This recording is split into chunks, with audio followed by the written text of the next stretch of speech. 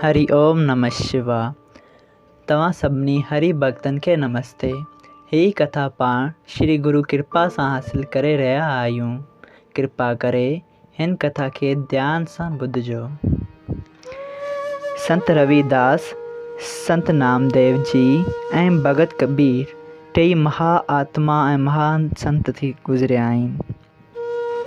अॻे जन्म में हिननि टिनी जो गुरु रामदास हो ऐं उन जन्म में गुरु मथन कावरियो हो ऐं खेनि श्राप ॾिनो हुअईं ऐं उन्हनि टिनी वञी नीच नीच कुल में जनम वरितो। अॼु पाण संत रविदास जी कथा ते चर्चा कईंदासीं। संत रविदास चमार जे घर में जनम वरितो हो ऐं हिकु भेरे संत रविदास चमरो धोई रंगियाई त हिकु नवाब हूंदो हो जेको संत रविदास खे मञींदो हो। उहो वटि वियो ऐं चयईं त साईं को अमृत जो प्यालो पीआरियो। ऐं उहो नवाब सालनि खां संत रविदास खे ईअं चवंदो आयो हो त संत रविदास मूंखे को अमृत जो प्यालो पीआरियो। ऐं संत रविदास बि खेसि दिलासो ॾींदो रहंदो हो। ऐं उन ॾींहुं जॾहिं उन नवाब संत रविदास खे चयो त मूंखे अमृत जो प्यालो पीआरियो त उन वक़्तु संत रविदास नाम जी मौज में मगन हुआ ऐं चयईं त नवाब, अगरि तोखे अमृत खपे त बुक जल। पोइ उन नवाब बुक जलियो ऐं संत रविदास चमरे वारो जेको ख़राबु पाणी हो उहो उन से नवाब जे हथ में ॾिनई, बुक में विधाई ऐं चयईं त हीअ अचे अमृत, हिन खे पी ऐं अमर थी।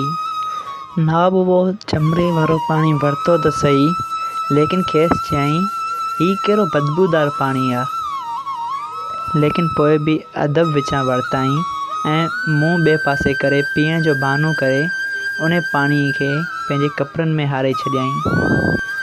नवाब खे कहिड़ी ख़बर हुई त संत रविदास भॻवान जे नाले में मगन आहिनि। नवाब घर वियो ऐं घर वञी ख़मीस लाइ पंहिंजी नौकरियाणी खे चयईं त वञ ऐं ही पाणी या दाग़ लाइ अचु। त उन नौकरियाणी उन ख़मीस खे धोतो, लेकिन दाग़ लथो ई न। त दाग़ खे लाहिण लाइ उन नौकरियाणी उन दाग़ खे चूसियो ऐं दाग़ हटाइण जी कोशिशि कई ऐं जीअं पई चूसे तीअं पियो मन में प्रकाश थिए। खेसि आख़िरकार उन ख़मीस तां रंग त लथो, दाग़ लथो, लेकिन उन नौकरियाणी खे प्रभु जो रंग लॻी वियो, भॻवान जो रंग लॻी वियो ऐं उहा नौकरियाणी मौज में अची वई। उन जे अंदर में प्रकाश थी वियो, सॼो अंदरु उजागर थी वियो, साक्षात प्रभु जो दर्शन थियणु लॻसि। हू अहिड़ी त मौज में अची वई जो जंहिं वक़्तु हू ख़मीस नवाब खे ॾियणु वई त अहिड़ो हाल ॾिसी नवाब पुछियसि त एतिरो ख़ुशि छो पई थिए? को खज़ानो हथु लॻो अथई छा जो एतिरो ख़ुशि पई थिए? त चयईं, नवाब, हाणे त मूंखे कंहिं खज़ाने जी तलाश ई न आहे, छो त मूंखे हाणे सम्झो त सभु खज़ाना मिली विया आहिनि। हिन ख़मीस मां दाग़ लथो न थिए त मां सोचियो त हिन खे चूसियां ऐं हिन मां दाग़ कढां, लेकिन जीअं चूसींदी वियसि तीअं मुंहिंजे अंदर में सोझिरो थींदो वियो ऐं मन में प्रकाश थींदो वियो ऐं हाणे त साक्षात परमात्मा जा दर्शन बि थियण लॻा आहिनि। नवाब ॾाढो पछताइण लॻो ऐं जल्दी भॼंदे भॼंदे संत रविदास वटि वञी पहुतो ऐं चयईं त मूंखे उहो चमरे वारो पाणी ॾे। लेकिन संत रविदास चयसि त नवाब साहिब, उहो वक़्तु हलियो वियो। सभई चयो जय श्री कृष्णा। ही थी उहा नाम जी महिमा।